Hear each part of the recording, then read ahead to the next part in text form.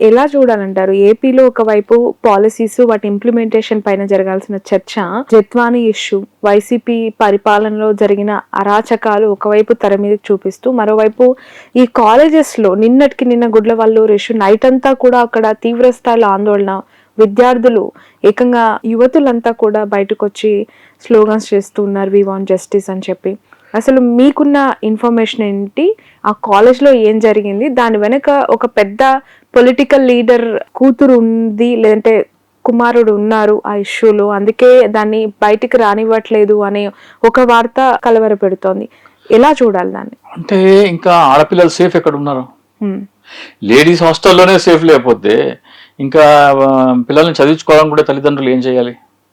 ఇప్పుడు సిటీలో ఉన్న వాళ్ళకంటే ఇంటి దగ్గర కాలేజ్ ఉంటే వస్తారు వెళ్తారు, కానీ అందరికీ ఆ వెసులుబాటు ఉండదు కదా. పల్లెటూరు నుంచి వచ్చి చదువుకోవాలంటే కంపల్సరీ హాస్టల్స్ లో ఉండాలి. హాస్టల్స్ లోనే సహ విద్యార్థిని ఒక వాష్రూమ్ లో పై కెమెరా పెట్టి దాంతో 300 పైగా వీడియోస్ షూట్ చేసి అవి వాళ్ళ మీద చర్యలు తీసుకోమంటే మీనమేషాలు లెక్కించడం అంటే డెఫినెట్ గా వెనకాల ఎవరో పెద్ద హస్తం ఉంది, వెనకాల ఎవరో పెద్ద చెయ్యే ఉంది.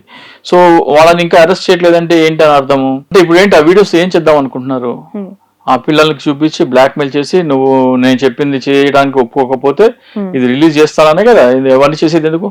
అవన్నీ గ్యాదర్ చేసేది ఎందుకు? సో అంటే ఆడపిల్లల కాలేజీలోనే సేఫ్టీ లేకపోతే ఇంకా ఏపీ సేఫ్ హ్యాండ్స్ అన్న పవన్ కళ్యాణ్ ఎక్కడ ఉన్నాడు? వీళ్ళందరూ ఏం చేస్తున్నారు?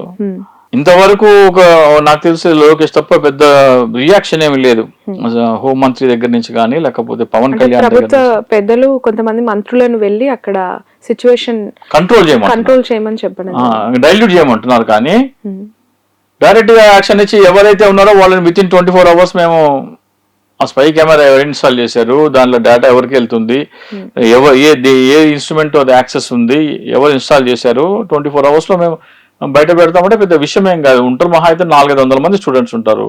ఈ కంప్లైంట్ చేసిన స్టూడెంట్స్ ఎవరు అందులో ఉండరు.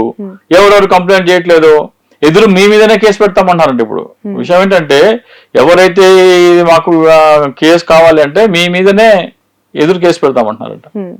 సో పవన్ కళ్యాణ్ గారు సుగాలి ప్రీతి అంశంలో అసలు మున్నీరు అయిపోయిన పవన్ కళ్యాణ్ గారు, ఆయనకు మరి చీమ గుట్టినట్టు కూడా లేదేంటి? ఒక ట్వీట్ లేదు కనీసం. ఆయన వెళ్ళేసేసి అక్కడ కూర్చుని నాకు ఐ వాంట్ జస్టిస్ అని అక్కడ కూర్చోవాలి కదా. డిప్యూటీ సీఎం వెళ్ళగలుగుతారా? ఎందుకు డిప్యూటీ సీఎం అంటే నేను అసలు ఆంధ్రప్రదేశ్ లో నేను అంటే అధికారంలోకి వచ్చిన తర్వాత ఒక పవన్ కళ్యాణ్ అభిమానులు ఉన్నారు. ఆంధ్రప్రదేశ్ లో గాలి పీల్చుకుంటే అదృష్టం అంట. జూన్ 4వ తారీఖున ఆయన నాకు చేసిన వాట్సాప్ మెసేజ్, ఆంధ్రప్రదేశ్ లో స్వేచ్ఛా వాయువులు పీల్చుకోవాలంట. ఆయన ఏరోనాటికల్ ఇంజనీర్ పవన్ రాజ్ అని. ఏరోనాటికల్ ఇంజనీర్ పవన్ కళ్యాణ్ కి ఎంత అభిమానం అంటే ఒకసారి వచ్చి గుడ్లవల్లేరులో స్వేచ్ఛా వాయువులు పీల్చుకోమని చెప్తున్నా పవన్ కళ్యాణ్ గారిని. మరి సేఫ్ హ్యాండ్స్ అని సాయి ధరమ్ తేజ్ అన్నారు కదా, ఏపీ సేఫ్ హ్యాండ్స్ అని.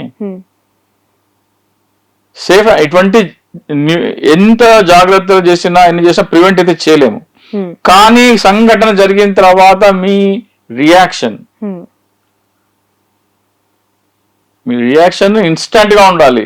సాయి ధరమ్ తేజ్ గారు అన్నట్టు ఏపీ స్టేట్ సేఫ్ హ్యాండ్స్ లో లేదంటారు. ఎందుకంటే ట్విట్టర్ లో ఎక్స్ వేదికగా చాలా మంది దాన్ని ట్యాగ్ చేస్తూ ఉన్నారు, AP is not in safe hands అని చెప్పి అతనికే మళ్ళీ కౌంటర్ పోస్టులు పెడుతూ ఉన్న పరిస్థితి. ఇప్పుడు రియాక్షన్ ఉండాలి కదా. ఇప్పుడు మొన్న ఒక బ్లాస్ట్ ఏదో జరిగింది. బ్లాస్ట్ జరిగితే ఏమన్నారు పవన్ కళ్యాణ్ గారు? గతంలో ఎల్జీ పాలెం అసలు జరిగితే సేఫ్టీ ఆడిట్ ఉండాలన్నారు. ఇప్పుడు సేఫ్టీ ఆడిట్ ఉంటే పరిశ్రమలు పోతాయి, ఉద్యోగాలు పోతాయి అంటున్నాడు. అంటే ఎలా పల్టీ కొడతారు, దానికి ఒక లిమిట్ అంటూ లేదు. పవన్ కళ్యాణ్ ఎంతటి అవకాశవాదం అంటే నేను గత దశాబ్దాల కాలంగా ఆయన చేసే ప్రతి ఒక్క స్టేట్మెంట్ కి అవసరం వస్తే ఇట్లా టోటల్ రివర్స్ అయిపోతాడు.